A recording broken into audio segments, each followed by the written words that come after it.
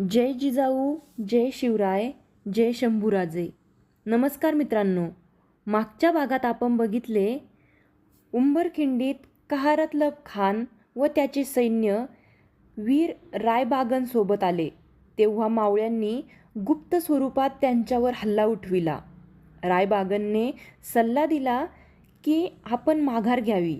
त्याप्रमाणे कहारतलब खानाचा वकील शिवाजीराजांकडे गेला. राजांनी काही अटी घालून तह मान्य केला. तेथे रायबागन शिवाजीराजांचे हे स्वरूप पाहून चकित झाली होती. तह झाला. कहारतलब खान माघारी गेला. आता बघूयात पुढे. कहारतलब खानाचा पराभव करून राजे टाकोटाक राजगडाकडे आले.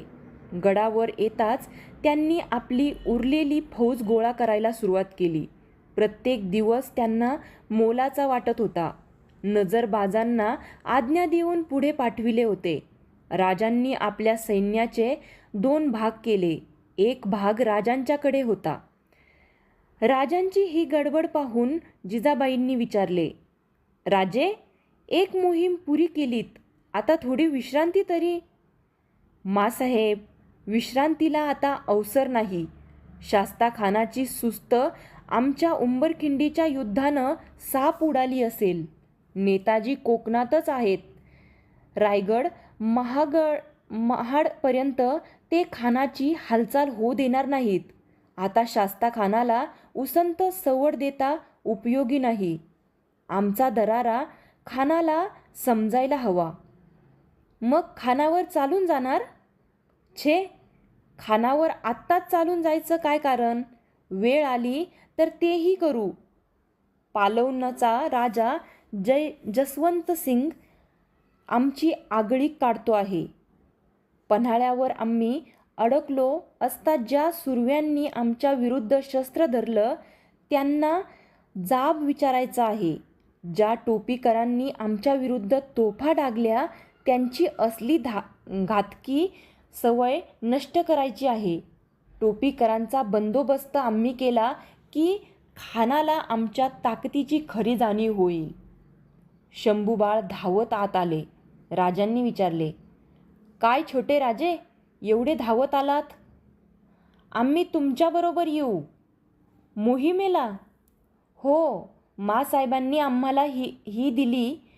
ही बघा. शंभूबाळांनी छोटी तलवार दाखविली. राजांच्या जिजाबाईंच्या चेहऱ्यावर हसू होते.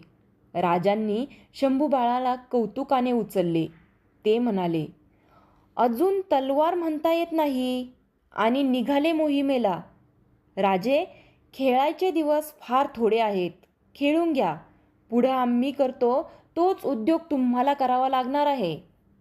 शंभूराजांचा हट्ट घालवीपर्यंत राजांची तारांबळ उडाली. ते काही केल्या ऐकेनात. शंभूराजे रडू लागले. तसे राजे अस्वस्थ झाले. जिजाबाई गोंधळलेल्या राजांच्याकडे पाहत होत्या. हसत त्या म्हणाल्या, राजे, एवढ्या मोहिमा काढता, बेत आखता, पण साधी मुलाची समजूत काढता येत नाही. राजांनी गडबडीने शंभूबाळांना जिजाबाईंच्याकडे दिले. संभाजी लाथा झाडीत होता, किंचाळत होता. जिजाबाई मोठ्याने म्हणाल्या, बाळराजे, तुम्ही मोहिमेवर जा. संभाजी एकदम रडायचा थांबला. डोळे पुशीत, नाक ओढीत तो रागाने राजांच्याकडे पाहून गाल फुगून म्हणाला, आबासाहेब, वाईट आहेत. जिजाबाई म्हणाल्या, असं बोलू नये बाळराजे. राजे म्हणाले, मासाहेब, रागीट स्वभाव दिसतोर बाळराजांचा. आम्ही वाईट तर नेणारच नाही तुम्हाला. संभाजी परत रडण्याच्या बेतात आला. त्याला कवटाळीत जिजाबाई म्हणाल्या, गप ना बाबा. बाळराजे, तुम्ही जाणार ना? संभाजीने होकारार्थी मान हलविली. संभाजीला समोर उभे करीत जिजाबाईंनी विचारले, पण तुमची ढाल कुठं आहे? ढाल? संभाजी विचारत पडला. हो, ढाल नाही तर तुम्ही लढणार कसे? संभाजीला उत्तर सुचेना. त्याला जवळ घेत जिजाबाई म्हणाल्या, बाळराजे, तुमची ढाल करायला टाकली ना, ती आली की मग तुम्ही मोहिमेला जा. मग न्याल? संभाजीने राजांना विचारले. राजांनी संभाजीचा मुका घेतला. ते म्हणाले, हो, जरूर नेऊ. संभाजी आनंदाने पळत गेला. जिजाबाई म्हणाल्या, संतापतो. नाही असं नाही, पण समजावून सांगितलं तर सारं ऐकतो. असं भोळं प्रेमळ पोर मिळायचं नाही. अगदी आईच्याच वळणावर गेलंय. सईबाईंची आठवण येताच राजांचं अंग जागच्या जागी ताठरलं. चुपचाप ते महालाबाहेर गेले. दुसऱ्या दिवशी सकाळी राजे मोहिमेसाठी गडाखाली उतरले. वाटेत फौज घेऊन येऊन मिळत होती. मुक्कामाबरोबर राजांचे बळ वाढत होते. राजांच्या बरोबर तानाजी मालुसरे, पिलाजी निळकंठराव हे सरदार होते. राजांनी आपली फौज दक्षिण कोकणाकडे वळविली. उंबरखिंडीतील विजय सर्वत्र पसरला होता. राजे येतात हे ऐकताच कोकणातील पेढा, धनाढ्य शहरे सहज ताब्यात येत होती. जिंकलेल्या मुलुकावर नवे अधिकारी नेमून राजे पुढे जात होते. राजांना विरोध झाला तो निजामपूरला. निजामपूर लुटून राजे सरळ दापोलीच्या उत्तरेस असलेल्या पालवनवर चालून गेले. शिवाजी चालून येतो हे कळताच पालवनचा राजा जसवंतराव भयभीत झाला. पन्हाळ्याच्या वेड्यात तो सिद्दी जोहरच्या मदतीला धावला होता. पालवनच्या जसवंतरावाने सरळ पळ काढला आणि तो शृंगारपूरवर सुरव्यांच्या आश्रयाला गेला. राजांनी पालवन काबीज करून दळव्यांचे दाभोळ हे बंदर ताब्यात घेतले. राजांनी चिपळूणला तळ दिला. चिपळूण परशुराम देवस्थानाबद्दल प्रसिद्ध. डोंगराच्या माथ्यावर असलेल्या परशुराम मंदिरात राजे गेले. त्यांनी यथासांग पूजा केली. ब्राह्मणांना भरपूर दान वाटले आणि परशुरामाचा प्रसाद घेऊन राजे देवरुखला आले. शृंगारपूरचे सुर्वे, कुडाळचे सावंत आणि पालवनचे दळवी ही तिन्ही जहागीरवाजा राज्ये आपल्याच माणसाची होती. राजांना त्यांच्याशी मैत्री करण्याची इच्छा नव्हती. उलट ते मिळाले तर हवे होते. पन्हाळगडच्या वेढ्यात सुर्वे आपल्या विरुद्ध लढले हा त्यांचा अपराध विसरून राजांनी सुर्व्यांच्याकडे आपला वकील पाठविला आणि निरोप धाडला. आम्ही स्वारीवर जात आहोत. या मुलखाच्या रक्षणासाठी संगमेश्वराला थोडी फौज ठेविली आहे. आम्ही मोहीम आटोपून परत येईपर्यंत तुम्ही फौजेकडे लक्ष ठेवावे. काही संकट आले तर मदत करावी. शिवाजी राजांच्या आगमनाने भ्यालेले सुर्वे तो निरोप ऐकून निर्धास्त झाला. त्याने आनंदाने राजांची कामगिरी स्वीकारली. त्याने निरोप पाठविला. मी आपला गुलाम आहे. सेवा चाकरीची संधी मिळते हे माझं भाग्य समजतो. अपराध क्षमा करून मला सांभाळून घ्यावे. सुर्व्यांचा निरोप ऐकून राजांना समाधान वाटले.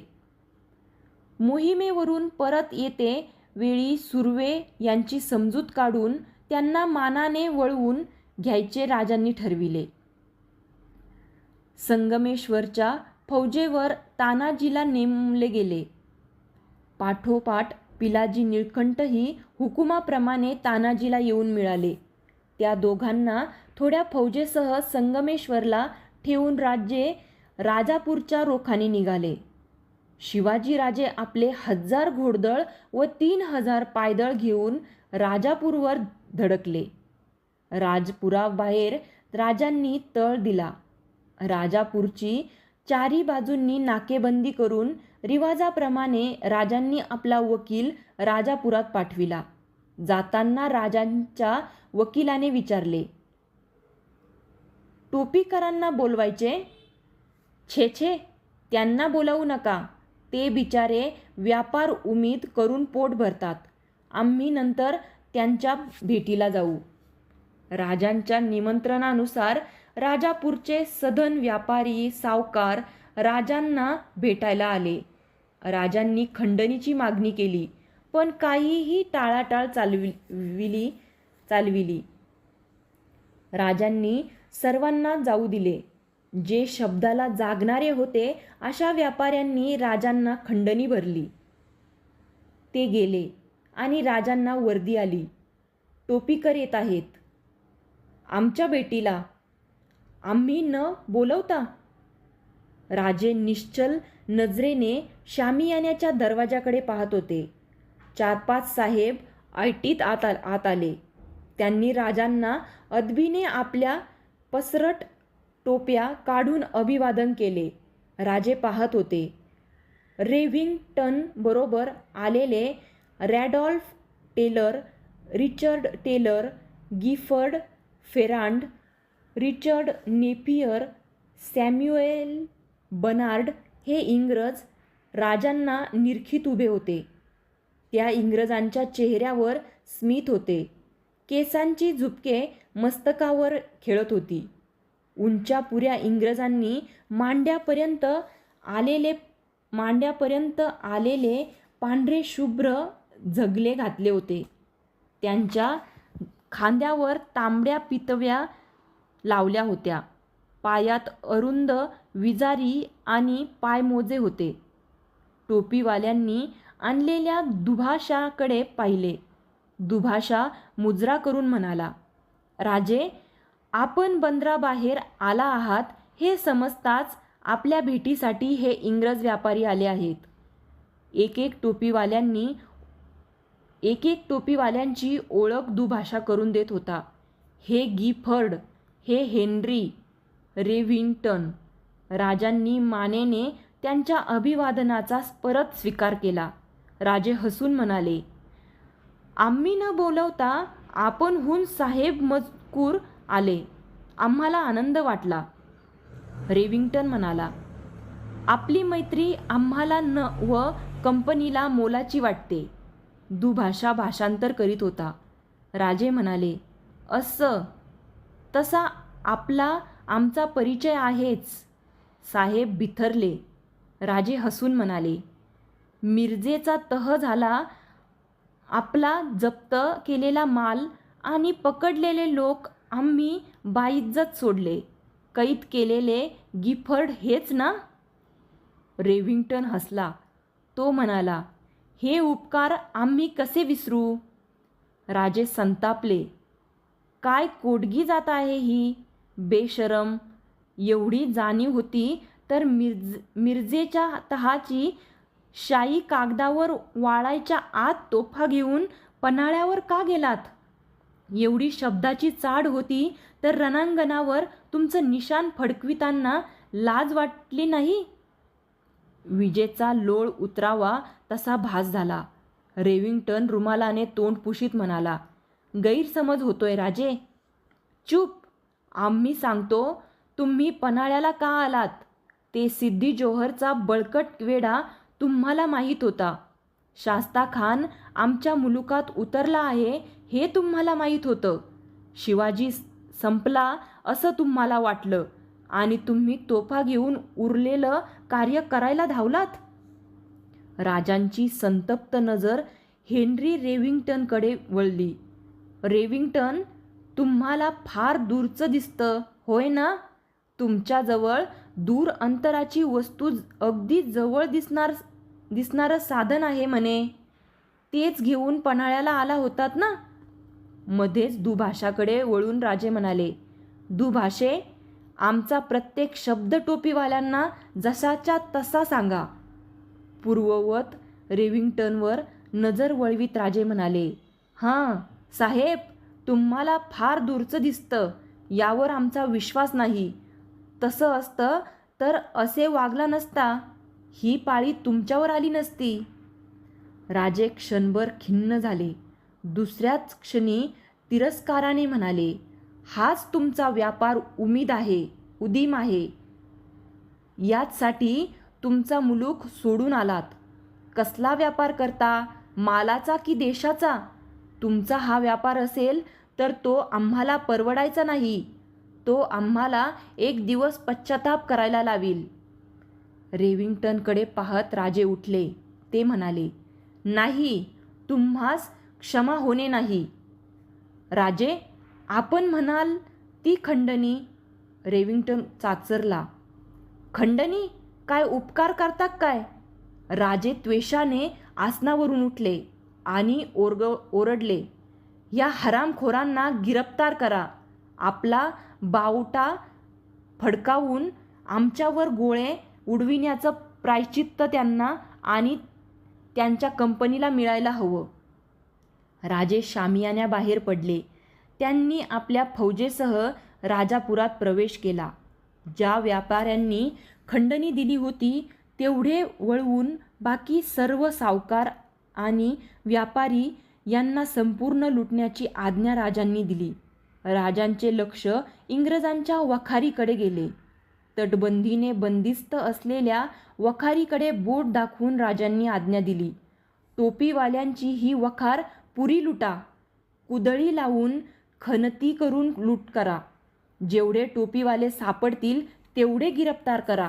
कुणी शस्त्र उगारलं तर त्यांची गय न करता सरळ कत्तल करा. संतापलेल्या राजांचा आवाज एकदम नरम बनला. ते आपल्या शेजारच्या हवालदाराला म्हणाले, बाळाजी आवजी नामक माणसाचा जारीनं तपास करा. त्याचा शोध करून त्याला आमच्यासमोर हजर करा. राजापूरची लूट सुरू झाल्याचे पाहून राजे परत शामियान्यात आले. सायंकाळपर्यंत लूट चालली होती.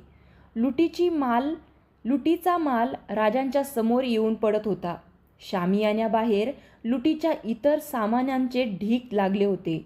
पितळ, शिसे, तांबे, लोखंड, कथील, काच, सुवर्ण, चंदन, कस्तुरी, केशर, नाना प्रकारचे औषधे, गेंड्यांची शिंगे, राळ, शिलाजीत, मेण, मसाल्याचे नाना जिन्नस लुटीमध्ये होते. राजापुरातील वखारीच्या गाड्या, घोडे, बैल जप्त करून लुटलेला माल आणि अगणित संपत्ती बंदोबस्तात राजांनी गडावर पाठवून दिली. वखारीचे सर्व इंग्रज कैद केले गेले होते. रेव्हिंग्टनला व त्याच्या साथीदारांना सोनगडाला कैदेत ठेवण्याचा हुकूम दिला. इतर इंग्रजांना दुसऱ्या गडावर कैदेत टाकले. शिवाजीच्या क्रोधाचे पहिले प्रत्यंतर इंग्रजांना आले. राजे वाट पाहत होते. हवालदार आत आला आणि त्याने वर्दी दिली. हुकुमाप्रमाणे बाळाजी आवजीला आणले आहे. राजे अधीर होऊन म्हणाले, त्याला आमच्या समोर घेऊन या. आम्ही त्याचीच वाट पाहत होतो. बाळाजी आवजीला आणले गेले. राजे त्या तरुणाकडे पाहत होते. बिचारा घाबरून थरथर कापत होता. राजांच्या कानावर स्त्रीचे रडणे पडले. त्यांनी विचारले, कोण रडतंय? बाळाजीची आई आहे महाराज. त्यांना आत पाठवा. एक वृद्ध धावतच आत आली. तिच्याबरोबर तिघे होते. त्या बाईने एकदम राजांचे पाय धरले. ती म्हणाली, राजे, आम्ही गरीब, आमच्याजवळ काही नाही हो. राजांनी त्या वृद्धेला उठविले. ते म्हणाले, आई, काळजी करू नका. आम्ही तुमच्या बाळाजीला कामासाठी बोलवलं आहे, गुन्हा केला म्हणून नव्हे. त्या बाईला धीर आला. ती म्हणाली, राजे, काय सांगू माझी कर्मदशा. माझे मालक सिद्धीकडे दिवाण होते. सिद्धीची मर्जी फिरली. त्यांनी माझ्या मालकांना, दिरांना मारलं आणि मला माझ्या 3 मुलांना गुलाम करून विकायला पाठविलं. राजे, खलाशांना माझी दया आली. त्यांनी आम्हाला मस्कतला न नेता राजापूरला आणलं. इथं माझा भाऊ व्यापार करतो. त्याचं नाव विसाजी शंकर. त्यानं ओळख न दाखविता आम्हाला विकत घेतलं. त्याच्याच आश्रयानं आम्ही पोरं जगवितो. ती पाळी आता येणार नाही. राजांनी आश्वासन दिले व मागे उभ्या असलेल्या प्रौढ गृहस्थाकडे वळून राजांनी विचारले, तुम्ही यांचे भाऊ विसाजी शंकर ना? जी. व्यापार करता? होय महाराज, राजे खिळकरपणे म्हणाले. मग तुमचीही लूट झाली असेल, नाही? नाही महाराज. का झाली नाही? मी आधीच खंडणी भरली महाराज. असं? राजे चिटणीसांना म्हणाले. चिटणीस, यांची खंडणी परत करा. ही आपली माणसं आहेत. यांना कौल देऊन कसली तकलीफ होऊ देऊ नका. हे पहा. बाळाजीकडे वळून राजे म्हणाले. बाळाजी, इथले जुलूम, अत्याचार यांचं जे पत्र तुम्हीच आमच्याकडे रवाना केलंत, त्याची खात्री तुमच्या मातोश्रींच्या कथा ऐकून झाली. ते पत्र तुम्हीच लिहिलंत ना? जी. तुमचं हस्ताक्षर आम्हाला आवडलं. आम्ही नुसत्या धनासाठीच मोहिमा करतो असं नाही. आमच्या राज्याकरता तुमच्यासारख्या गुणी माणसांचीही जरूरत भासते. तुम्ही आमच्या पदरी यावं अशी आमची इच्छा आहे. ते भाग्य समजेल महाराज. बाळाजींनी पाय शिवले. राजे म्हणाले, उठा. तुम्ही, तुमचे बंधू आणि तुमच्या आई सर्व मिळून राजगडाकडे चला. चिटणीस, यांना खर्चाची रक्कम द्या. राजगडावर तुमचं काम सांगू. राजांना बाळाजी आवजी दप्तरी आल्याचे समाधान वाटत होते.